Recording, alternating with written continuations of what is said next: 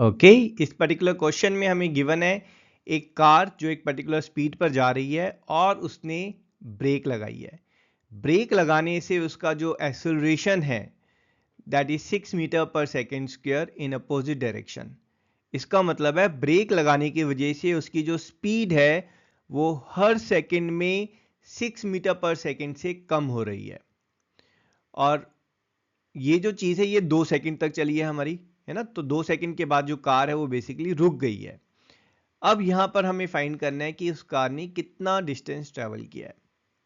तो ब्रेक लगाने की वजह से जो है वो यूनिफॉर्मली जो स्पीड डिक्रीज हो रही है, तो ये यूनिफॉर्म एक्सेलरेशन का केस है। और यहां पर हम स्टार्ट करेंगे अपने 5 variable u v a s and t से। तो फर्स्ट हमारा जो स्टेप होगा वो to find 3 variables out of this 5।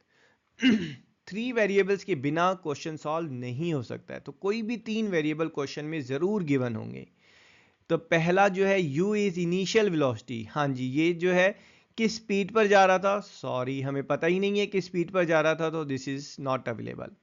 v is final velocity, तो ये भी यहाँ गिवन नहीं है, बट ध्यान से देखेंगे तो car takes 2 second to stop.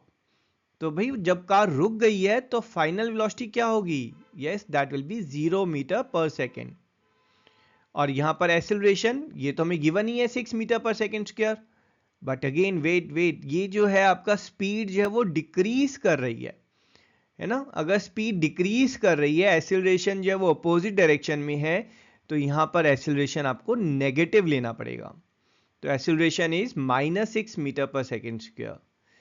Displacement or distance traveled in straight line, sorry that is what we have to find, so it's not available. T is time period, yes it's given as 2 second. Second step is आप check करें सारी unit metre और second में होनी चाहिए, ये तो already metre और सेकंड में है। Third step is you find the right equation which you have to use out of this 4 equations. अब ये राइट इक्वेशन हम कैसे फाइंड करेंगे, उस इक्वेशन में ये वेरिएबल v a और t जो गिवन है हमें, ये तीनों तो होने चाहिए। साथ में जो हमें फाइंड करना है वो होना चाहिए, मतलब s भी होना चाहिए।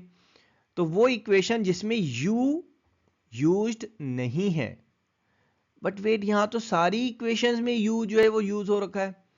तो यहां पर आपको 2 स्टेप्स में इसको सॉल्व करना है। पहले आपको u की वैल्यू फाइंड करनी है, फिर आपको कोई भी इक्वेशन यूज करके s फाइंड करना है।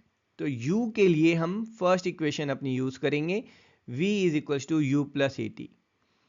v की वैल्यू 0 डालें, u हमें पता नहीं है, a is -6, t is 2 second. Solving it you will get u as 12 metre per second. हाँ जी, अब हमारे पास u भी आ गया है।